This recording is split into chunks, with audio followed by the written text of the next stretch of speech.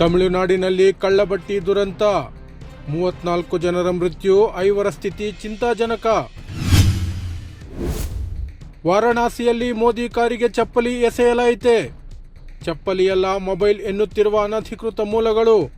ಅಧಿಕೃತವಾಗಿ ಯಾವುದೇ ಹೇಳಿಕೆ ನೀಡದ ಪ್ರಧಾನಿ ಕಚೇರಿ.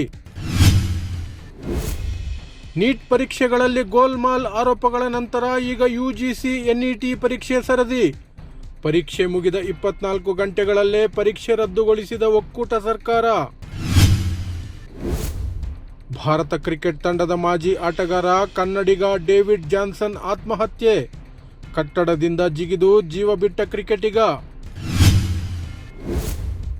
ಎಲ್ಲೆಲ್ಲೂ ಕೊಲ್ಲುತ್ತಿರುವ ಬಿಸಿಲು.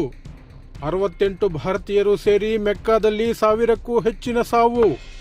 ದೆಹಲಿಯಲ್ಲೂ ಬಿಸಿಲಿನ ತಾಪಕ್ಕೆ 24 ಗಂಟೆಗಳಲ್ಲಿ 17 ಜನ ಬಲಿ.